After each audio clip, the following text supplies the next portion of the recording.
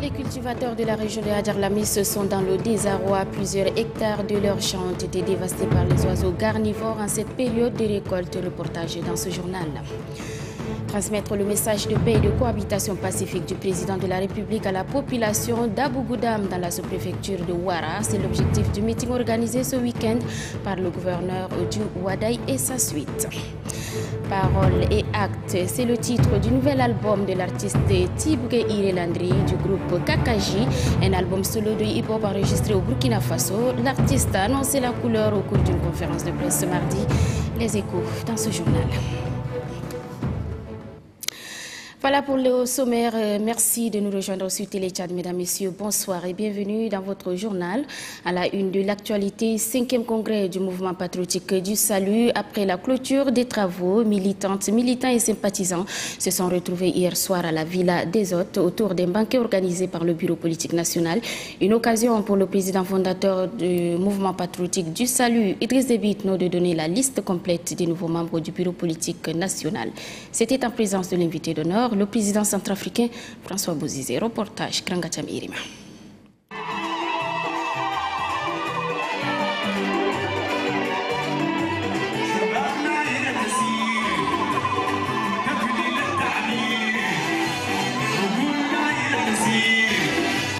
Après les discussions, place à la fête. Pour les militantes et militants du mouvement patriotique du salut, cela se justifie après 22 ans d'existence qu'ils associent à 22 ans de progrès, prenant en compte les valeurs socio-culturelles et régionales. Avec le vent du renouveau qui souffle et comme le recommandent les résolutions du 5e congrès, 18 membres sont nommés par le président fondateur Idriss Déby Itno. Ceux-ci constituent le pilier, le fondement du MPS. 18 militants de première heure qui ont lié leur sort à la vie du parti. On les appelle dans le jargon du mouvement patriotique du salut les baministes. À leur côté, 7 militants qui se sont démarqués par leur engagement pour la cause du parti et ils intègrent aussi le bureau politique national. Les femmes sont représentées à hauteur de 10%.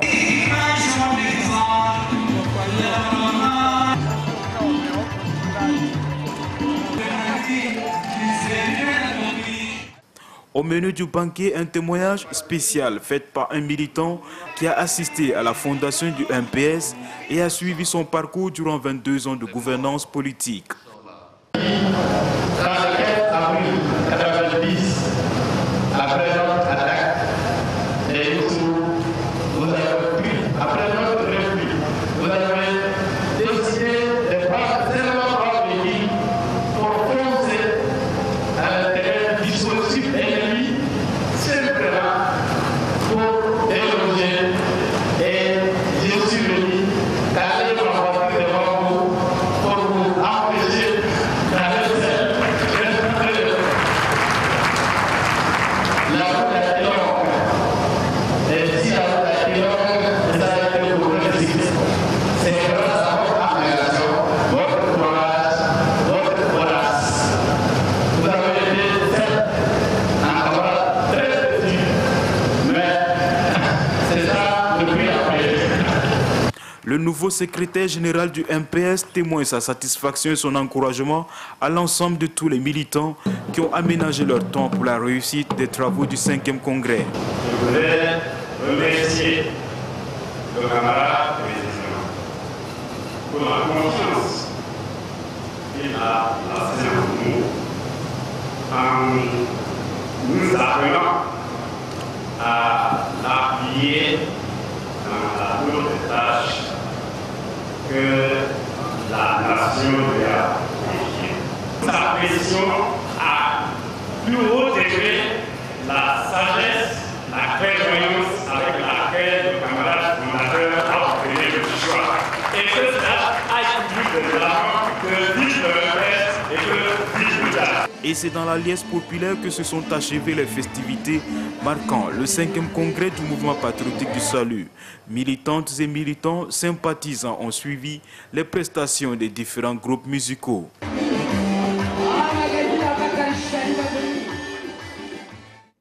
Sachez aussi que lors de ce banquet, le président fondateur du mouvement patriotique du salut a prononcé un important discours.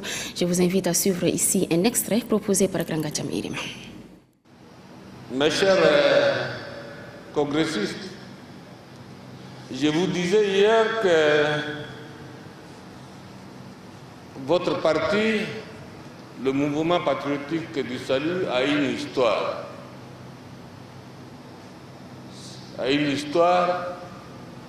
Et cette histoire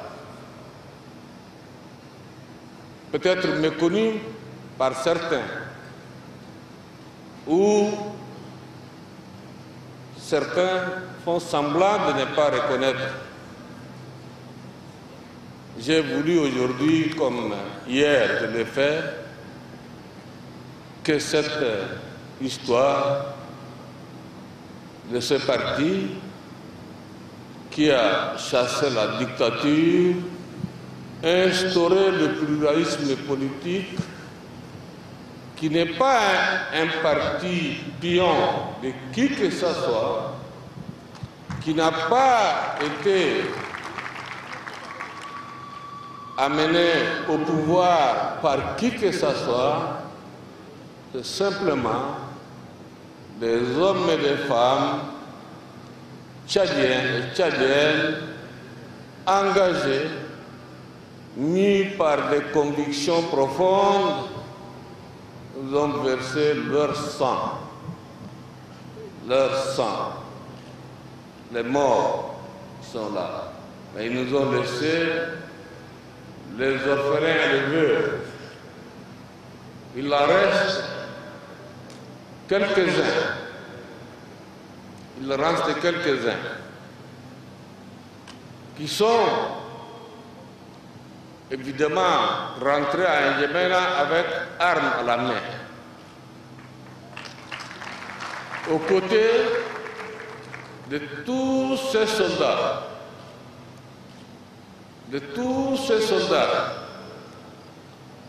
rescapés de la grande guerre, de la grande aventure. La guerre qui a commencé un jour de 10 novembre et qui s'est terminée le 25 novembre, ça veut dire qu'en 15 jours, ces combattants ont mis en déroute la dictature implacable qui saignait le peuple tchadien.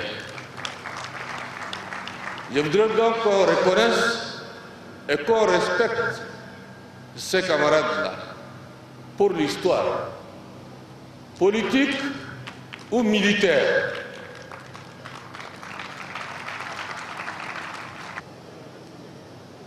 Au sortir de ce congrès, un congrès de rénovation pour une plus grande efficacité, comme vous l'avez dit, les membres fondateurs, socle de toute l'action, les anciens SG qui seront à nos côtés, à vos côtés, aux côtés des camarades du bureau politique national, et le 29 avec les deux secrétaires généraux d'hier, qui fait 31, dont 10 femmes, des membres du bureau politique national des mouvements patriotiques du salut pour les 3 années futures. Merci. Voilà le chef de l'État président fondateur du mouvement patriotique du salut hier au banquet sanctionnant les travaux du 5e congrès ordinaire du MPS. Le gouverneur de la région du Ouaddaï à la tête d'une forte délégation, je vous le disais dans les titres, s'est rendu dans le département de Ouara, plus précisément à Abou-Goudam. Kedala Younous est allé transmettre le message du président de la République axé sur la paix, la tolérance et la cohabitation pacifique. Vincent Niébekende pour les détails. C'est devant ces centaines de personnes que le gouverneur de la région du Ouaddaï, Kedala Younous Hamidi, a développé plusieurs sujets d'actualité, notamment la restauration de l'autorité de l'État, la cohabitation pacifique, les conséquences de feux de brousse, le recouvrement de la taxe civique et le prochain recensement du cheptel tchadien. Le préfet du département de Ouara, Moussa Dassidi, a saisi l'occasion pour rappeler les difficultés rencontrées par les responsables administratifs, notamment le manque d'infrastructures routières, moyens de déplacement et l'insuffisance des services socio-sanitaires et éducatifs. Le gouverneur de la région a expliqué pour sa part à la population la nouvelle option de la politique du chef de l'État Idriss Déby Itno. Pour le gouverneur de la région, la Renaissance a pour objectif principal le bien-être de la population tchadienne. Vous devrez vous rappeler que le président de la République fait de la sécurité alimentaire sa préoccupation principale. Pourquoi il a décidé de mettre à la disposition des paysans des outils modernes de production, à savoir les tracteurs. Parmi les priorités du gouvernement tchadien, la mécanisation de l'agriculture. Il a mis en garde la population sur le feu de brousse dont le but est d'éviter les dégâts environnementaux. Après ce meeting, le gouverneur de la région s'est entretenu avec les autorités administratives, les responsables de défense et de sécurité et les autorités traditionnelles. Kedala Younous Hamidi a appelé les uns et les autres à s'impliquer dans la mise en œuvre du programme politique du chef de l'État axé sur le développement rural. Le gouverneur de la région, qui a félicité les responsables de défense et de sécurité, les a encouragés à aller de l'avant pour la sécurisation de la région et permettre la libre circulation des personnes et des biens. La période de récolte est souvent un moment de joie chez les agriculteurs. Malheureusement, ce n'est pas le cas des producteurs de la région de Hadjar Lamis. Et pour cause, les oiseaux granivores ont dévasté plusieurs hectares de champs. Une situation qui laisse les agriculteurs dans le désarroi. Regardez ce reportage de Adam Abdelkader.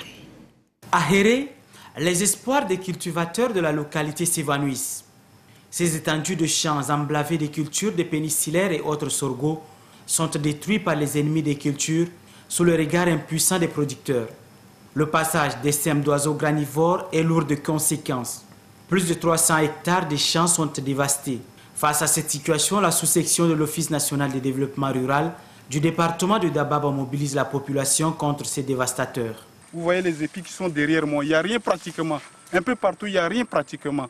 Au niveau de l'ondeur, nous n'avons pas de moyens vraiment conséquents pour pouvoir lutter contre ces oiseaux granivores. Nous avons demandé d'utiliser les moyens traditionnels qu'il les faisait avant. Il peut déjà engager des gens à faire des cris dans les champs pour pouvoir faire partir ces oiseaux. Venu constater les dégâts et compatir avec les victimes, le sous-préfet de Moïto, Soumaïn Adam Bahid, prend les devants des choses et lance un SOS à l'endroit du pouvoir public et des bonnes volontés afin de voler au secours de cette population. Restons toujours dans nos régions pour parler de cette session de formation des bouchers, tanneurs et commerçants de bétail des régions du Guéra et du Bata sur les techniques de récolte, la sélection des animaux performants et la gestion du bétail. C'est une initiative du ministère du Développement pastoral et des productions animales. Anastasie Bissi. Les techniques de récolte, la sélection des animaux performants et la gestion du bétail sont au centre des discussions entre éleveurs, bouchers, commerçants de bétail et tanneurs. Grâce au projet du ministère du Développement pastoral et des productions animales, ces opérateurs économiques vont désormais appliquer des nouvelles méthodes dans la mise en œuvre de leurs activités pour un meilleur rendement et revenu. Le programme d'appui à la filière bovine vient compléter les efforts du gouvernement et des ONG dans la stratégie de lutte contre la pauvreté. Pour le délégué régional de développement pastoral et des productions animales du Bata, cette rencontre va permettre aux participants de créer leurs propres entreprises et ainsi dépasser le stade archaïque. J'exhorte tous les participants à suivre avec beaucoup d'attention et assiduité ces formations, car elles permettront d'augmenter vos revenus et au-delà de créer des emplois supplémentaires pour toutes vos localités. Le programme a une durée de 13 mois et concerne 11 localités à savoir Ati, Adjer, Mangalme, Mongo, Bitkin, Bokoro, Gama, Ngoura, Karmé, Moïto et Dourbali. À terme, les acteurs du secteur pastoral dans ces localités exerceront leurs activités avec plus de professionnalisme. La réorganisation de la filière coton au centre d'une conférence débat organisée hier par l'Union nationale des producteurs de coton du Tchad avec l'appui du Programme des Nations Unies pour le développement PNUD. Elle est animée par François Traoré, président d'honneur de l'Association des producteurs africains de coton. Ghislain Tchanikoudou. La filière coton connaît des problèmes dans bon nombre de pays africains. Producteurs de coton, sociétés cotonnières et pouvoirs publics se rejettent les responsabilités. Face aux difficultés liées à l'accès aux terres, aux conflits agriculteurs-éleveurs, à la vente du coton et à la subvention du coton aux États-Unis et en Europe combattue par l'Association des producteurs du coton africain, APROCA, l'expérience de la Confédération paysanne du Burkina Faso intéresse de près l'Union nationale des producteurs de coton du Tchad, UNPCT et les journalistes. Pour le président d'honneur de l'APROCA, agriculteurs et éleveurs sont des frères jumeaux qui ne s'entendent pas, mais dont la survie de l'un dépend de l'autre. Je ne suis pas contre l'élevage. L'élevage et l'agriculture vont ensemble. Chez moi, pour fertiliser mon champ, c'est les déchets de mes vaches que je mets dans ma terre pour que ma terre ne soit pas pauvre. Donc, ça devient un cercle. Mes animaux m'aident à labourer dans les champs. Et après mes récoltes, les résidus, et certains de mes récoltes sont donnés aux animaux. Les animaux, ils sont de l'argent, ils font des déchets. Les déchets là, je les remets dans les champs, je vends les animaux et je vends certains de mes produits.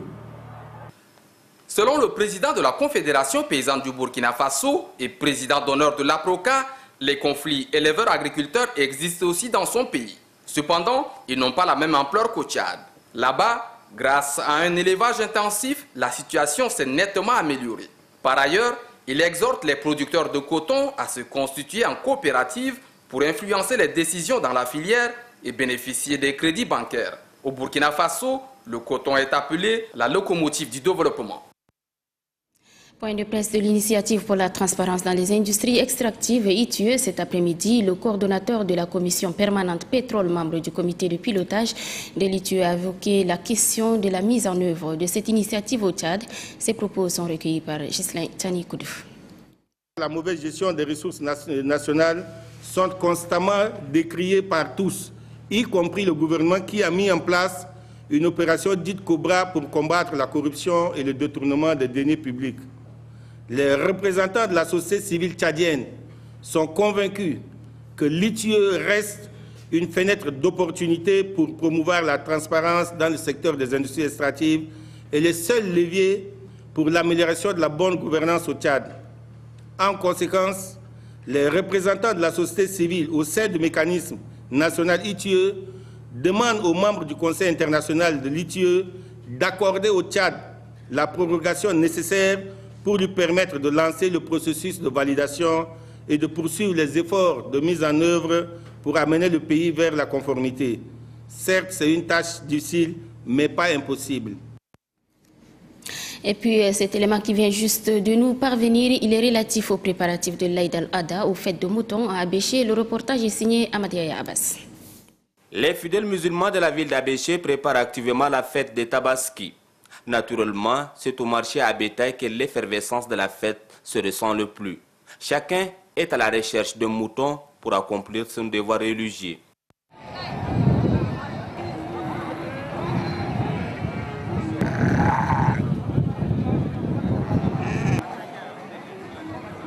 Abéché est une ville d'élevage par excellence. Cependant, il est très difficile de trouver un mouton à bon prix.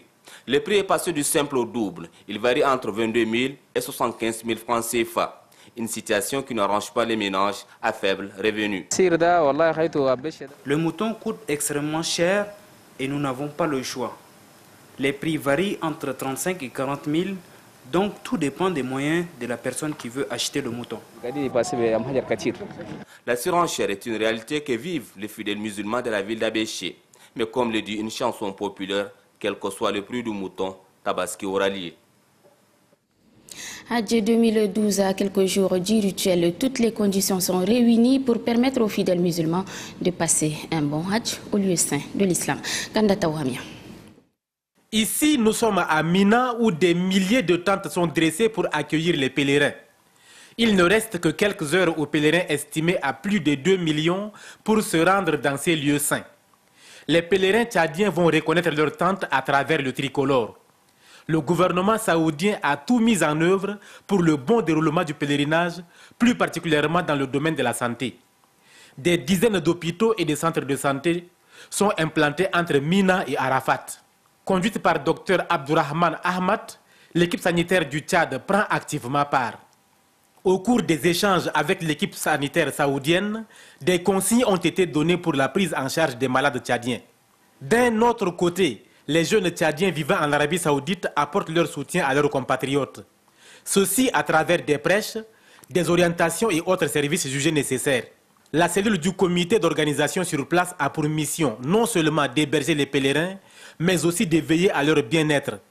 Les pèlerins tchadiens quitteront mercredi pour Mina et Arafat, ces deux lieux saints pour accomplir le rituel du Hajj.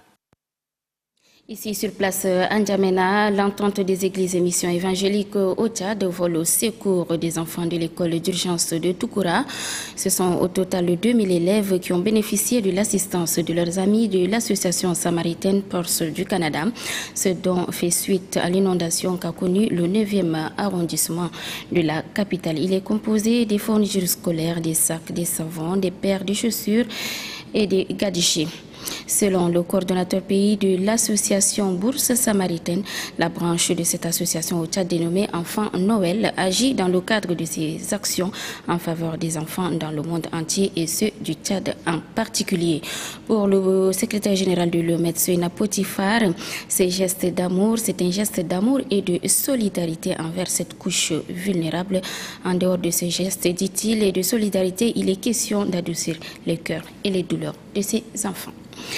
Parlons culture à présent, je le disais, paroles et actes. C'est le titre du nouvel album de l'artiste Tibgue Iré Landry du groupe Kakaji, un album solo de hip-hop enregistré au Burkina Faso. L'artiste a annoncé la couleur au cours d'une conférence de presse ce mardi. Des précisions avec Innocent Kelayo.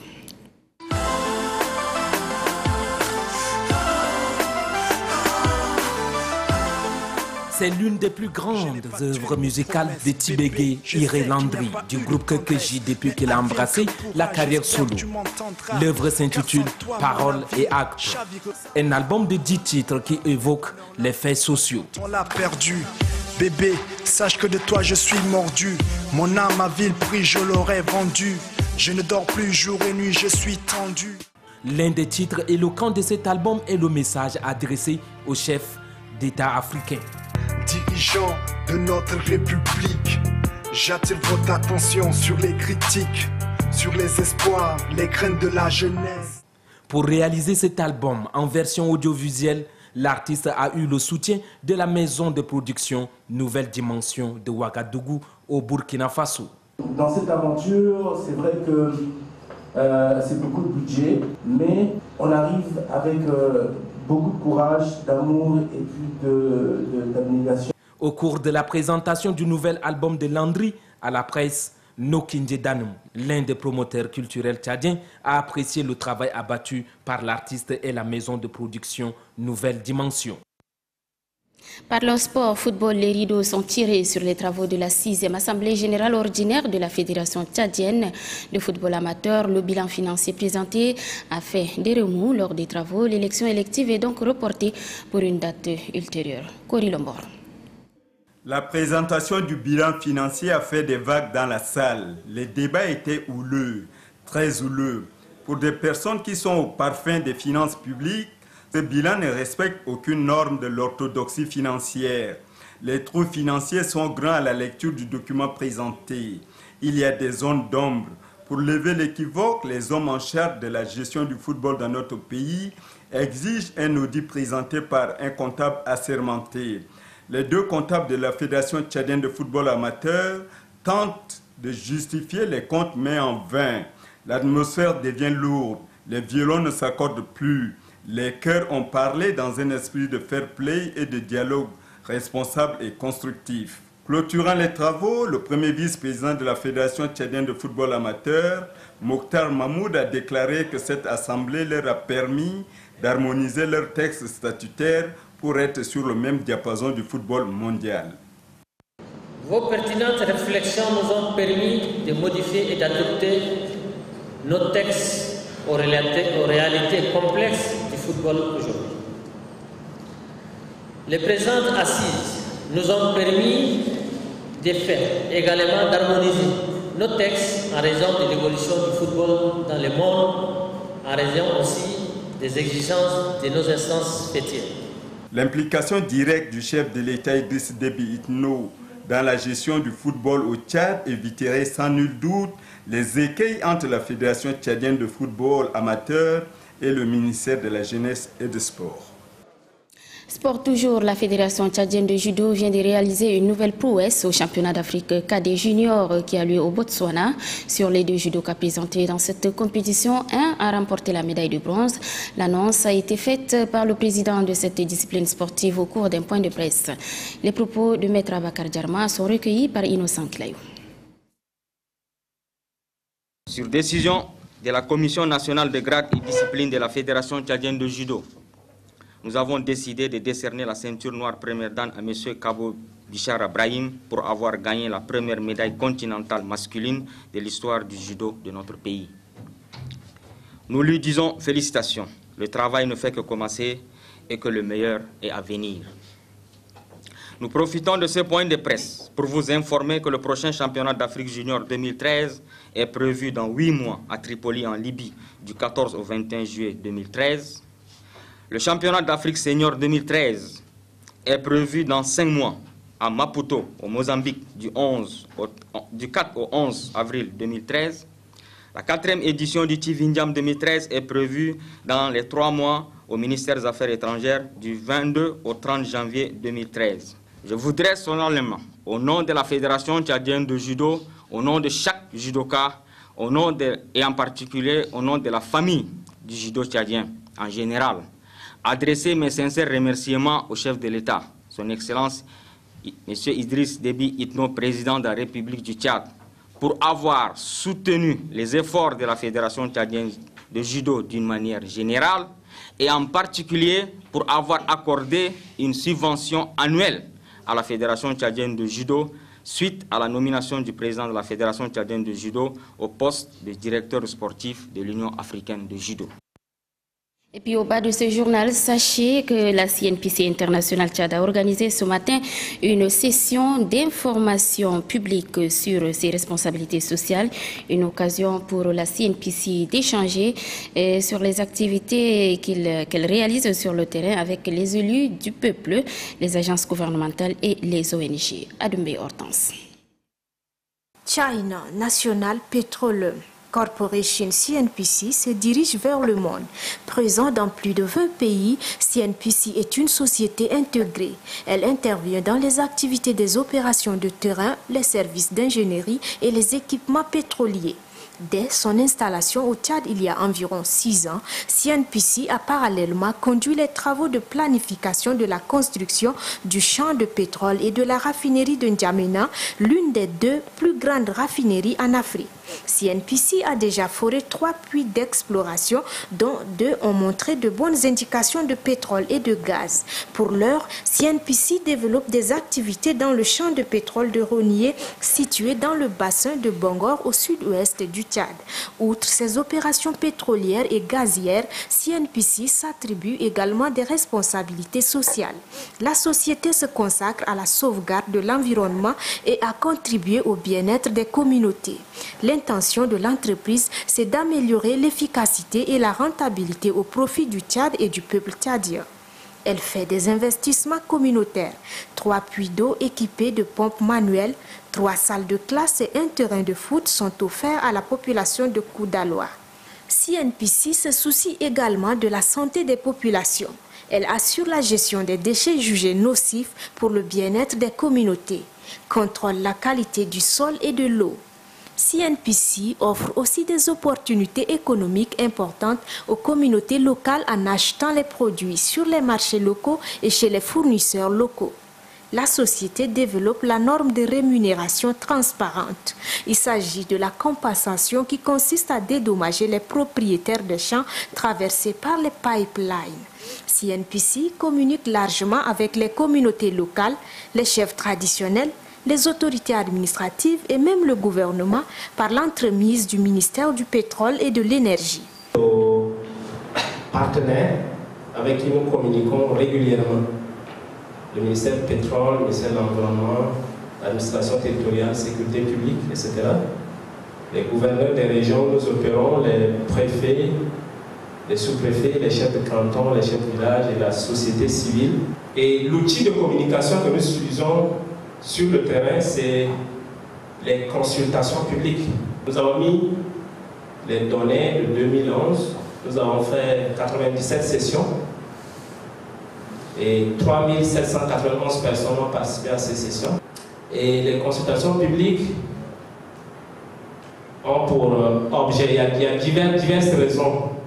Donc ça peut être pour le recrutement, pour le paiement des compensations, pour les doléances, pour informer des nouveaux projets, etc., etc. À l'occasion de cette session d'information publique, CNPC a échangé avec les élus du peuple de la zone de production, les agences gouvernementales, la presse et plus d'une trentaine d'ONG nationales et internationales des activités menées sur le terrain. La compagnie chinoise se dit toujours ouverte au public. Nous avons une coopération étroite avec la compagnie locale ISM ainsi que le département ministère de l'énergie et du pétrole et ministère de l'environnement et des ressources et de la réalisation pour nous fournir des propositions et des suggestions efficaces sur la protection de l'environnement. Pendant les 5 ans qui sont passés, nous avons toujours une revue annuelle chaque année. Et dans cette revue annuelle, il contient un rapport de l'environnement. On a bien profité de cette occasion pour présenter l'information aux organisations non gouvernementales aussi.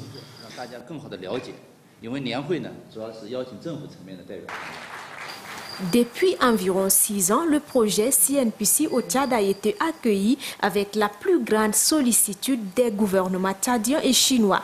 C'est en fait une coopération gagnant-gagnant pour une harmonie conjointe. Et c'est la fin de cette édition. Merci à toutes et à tous de l'avoir suivi. Vous pourrez suivre ce journal en différé sur www.onrtv.org ainsi que le reste de nos programmes. Très bonne suite de programmes sur Télé Tchad. À demain avec le même plaisir.